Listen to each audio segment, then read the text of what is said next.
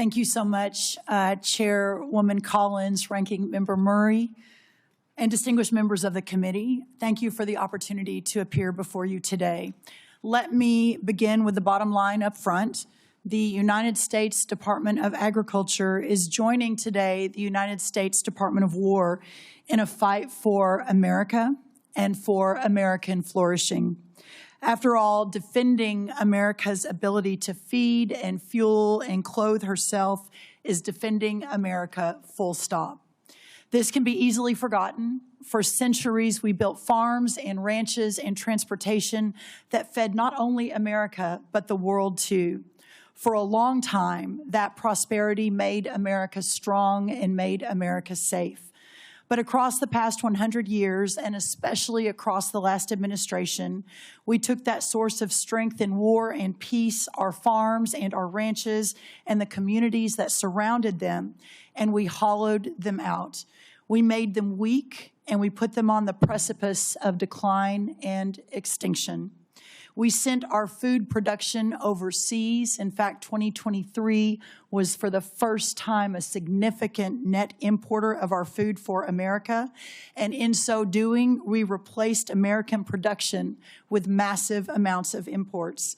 We allowed and even encouraged the consolidation of agriculture, seed production, processing, fertilizer, and beyond, into massive industries at scale. Today, nearly 85% of our meat packing capacity is controlled by just 4 companies, including 2 that are foreign-owned. Additionally, our largest pork company in America is owned by a China company, or China. 4 fertilizer companies now represent 78% of the production versus just a couple of decades ago, that was in the dozens.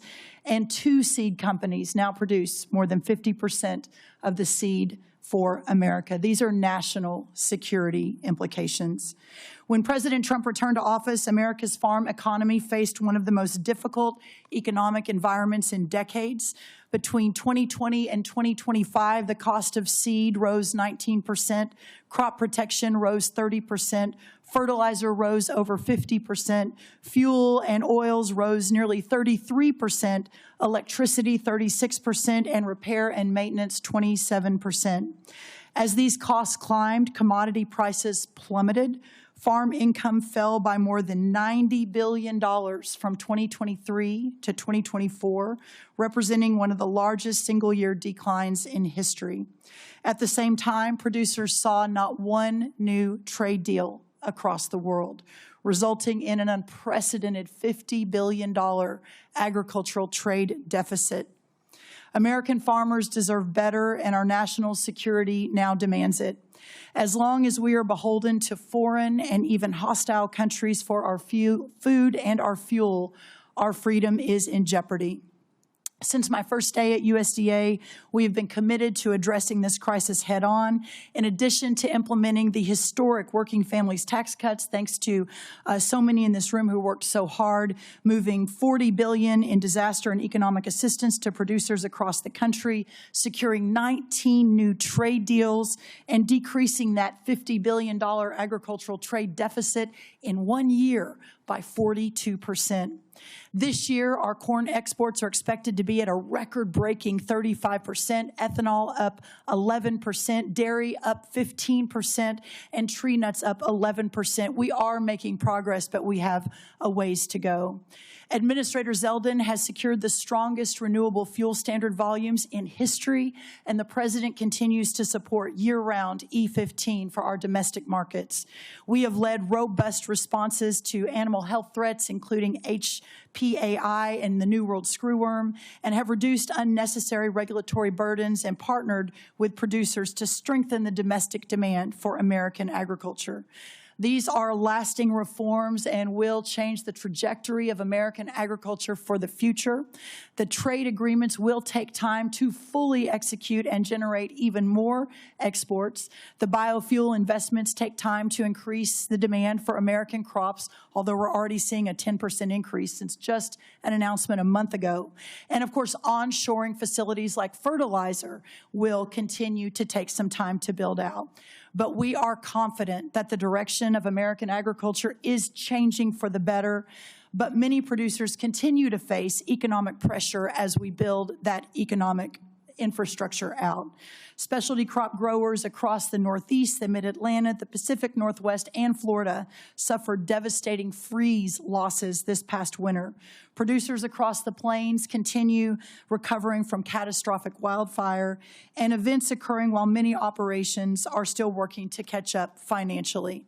That is why our proposal includes $10 billion in temporary economic assistance for 2026 row crop and specialty crop producers, and also includes $1.1 billion to help producers recover from catastrophic freeze losses suffered this past winter. Congress has taken similar action over many decades, and we're so grateful for that, but including most recently 2023 and 2024 with economic aid and disaster relief aid with the hurricane seasons. I want to be 100% clear as I close. For the sake of American national security, American existence, and the American future, we must, in the long run, end this system that has grown up like a weed and strangled the American farmland and food production. Farmers want to farm for their products, not for a government check. They want to be free from dependency and free to innovate. We know what happens when they are able to do that. They build and feed the greatest republic in the history of man. But when they aren't, well, we know the danger that we are in today. But that's why this supplemental is so important. It provides a bridge and extends a hand to Americans who need it.